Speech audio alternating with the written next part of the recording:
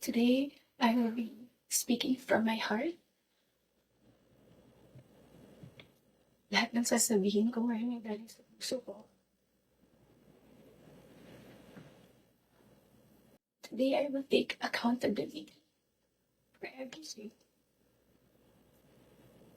Nagkamali ako, and I want to say sorry for everything that I have done. It all started last June of 2024. I was in a very dark place. I was lonely. And I was getting attention from nothing. The kind of attention that I needed. When I sensed that there was this brewing attraction between Anthony and I, nadala ko sa emotions ko. And I knew that was wrong. I came clean right away. I told my ex everything. And I admitted things to him. And then we broke up.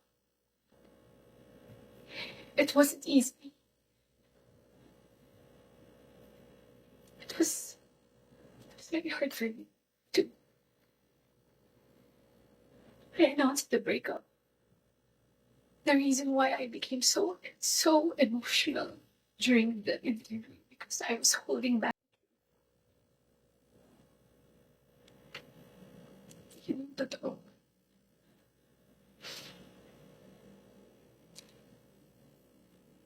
I wasn't really able to simmer down.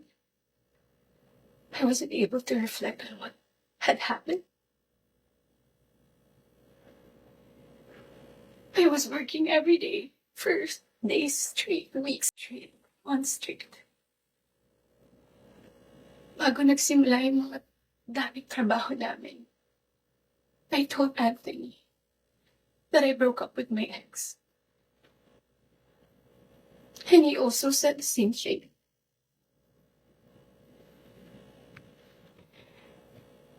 Mind you, I was in a very lonely place. I was so lonely. And I was so vulnerable at that time. Like everybody, nakaka-break lang. You would be so vulnerable. I was working every day. At sa lahat ng trabaho na yun, kasama ko si Anthony. Aaminin ko, sa araw-araw na pagtatrabaho namin, nahulog din yung loob ko. He would be very sweet to me. He would be such a gentleman to me. He would say things to me. He would tease me on the set in front of other people. He would tell all the people who were close to me that he was single. So, I was confident to act a certain way around him on the set. Because in the eyes of the people there, we were both single.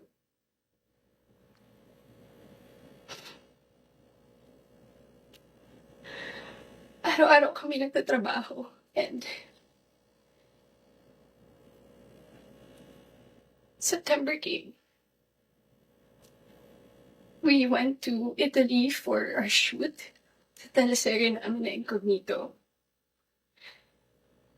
And doon nag-start na naging deep yung pagkakilala namin sa isa't isa. I really felt. Nung pauwi na kami ng Italy, it was my birthday. And we were stuck at the airport. The whole day. He would say things to me that are sweet. He would say promises. We would tell promises to each other. And then nung pauwi na ng Italy, I felt so happy that I had to post something on my IG story just to appreciate him during that day. And then pagka-uwi ko, I think that the next 2 days, I saw a post or reposts ni Jam on TikTok.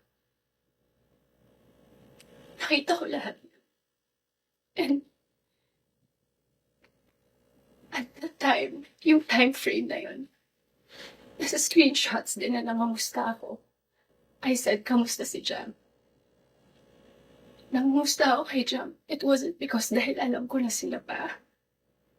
Dahil alam ko na she was going through something and Anthony had to take care of her. But at that time, nagtatrabaho pa rin kami and he would still be the same way to me. I would ask him. God knows I asked him. Nagkabalikan ba kayo? He said no. Did you still love her? He said no. He would say things na ako yung gusto niya and all. I really asked him so many times. And then the first wave of bashing on TikTok. Masakit yun para sa akin. I asked him, when are you gonna release a statement na wala na kayo? When? Because in the eyes of the public, you are saying you are taken. But I know that you're not. And you would be very sweet to me. When are you gonna release a statement? He would tell me he was waiting for the right moment. I didn't want to be pushy. I didn't want to aggravate things. So I waited and kept quiet. Because it wasn't my story to tell anyway. I kept quiet. October passed. We were working still every day. And then Halloween. It was the very first night we went out na medyo sweet kami sa isa't isa. The next day, Cham posted on her Instagram story. There were no names mentioned. There were no names. But people were insinuating that it was Anthony and I. So the waves of bashing came again. I asked him again, when are you gonna release a statement? God knows how many times I begged for a statement. I begged him to fix this because I was so tired of getting bashed. He said, wait, he's waiting for the right moment. I waited. I still kept quiet. I really wanted to speak up. But it wasn't my story and I would look really pathetic. Days went by. The press conference incognito happened. He released a statement. To me, it was too late. Because at that time, I was slowly distancing myself from him romantically. The infatuation and the attraction died. But thank you for the statement. I thought everything was in the clear. I thought everything was gonna be okay. Ilang days nung lumipas. Screenshots. When I read it, it was 10 p.m. on a Tuesday night. When I read it, I was gutted. I was shocked. I'm truly embarrassed. Dahil nakita ng tao lahat yun without my consent. Against my will. I read the screenshots over and over and over again. Pinaka-na-shock ako dun. I read it. It was the perfect narrative. There was this other woman. That there was this apologetic boyfriend. And the avoidant boyfriend towards the other woman. And the scarred woman. That's the narrative. That's her side of the story. And there's nothing wrong with that. This is my side. This is my side. And I've been reading those screenshots. Doon ko napagtagpi-tagpi lahat. Na kaya pala hindi siya makapag-release ng statement. Dahil sila pa pala this whole entire time. I didn't know. I was in the dark. didn't know. I had no idea. God knows. Ilang beses ako nagtanong. Ilang beses ako nanghingi ng statement. Doon ko rin na-realize, bakit ganun yung reactions ni Jam. Now, I get her. I get her pain. I get her wrath. I get her anger. Kaya pala ganun. Because she was clueless about everything. I was clueless about everything. We both believed kung anong mga nasabi sa akin. Maybe iba yung sinabi sa kanya. And I can attest that iba yung sinasabi sa akin. That's my side of the story. I have so many things to say.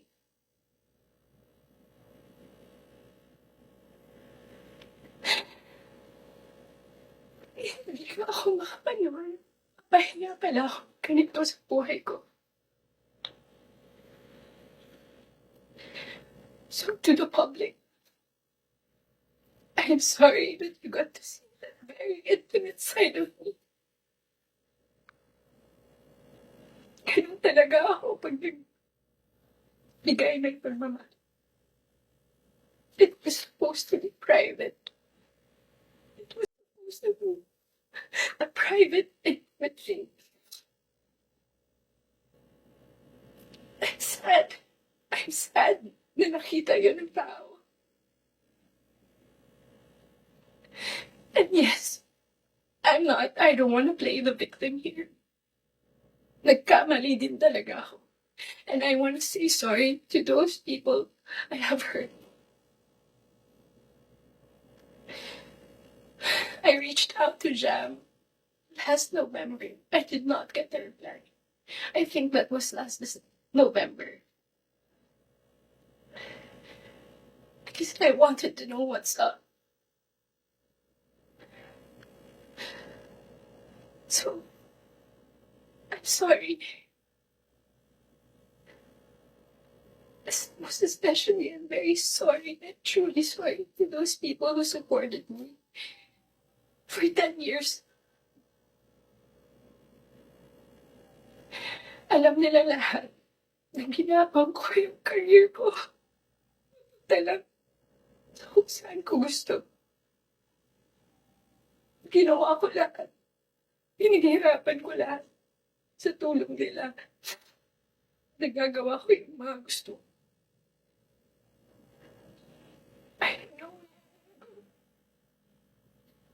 I don't know saan ako papunta. Yung dignidad ko, hindi ko na mahanap. Whenever I go out, I feel like I can make a woman walk. Kung ano man ang gagawin ko, I'm so embarrassed. And I'm sorry that you get to see that.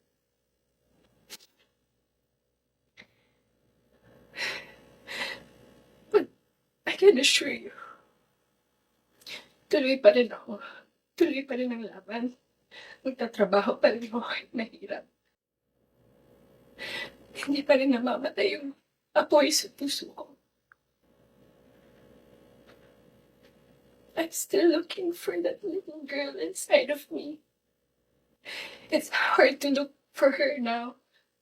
But someday, I get to find her, and I will be able to hold my shadows. What you saw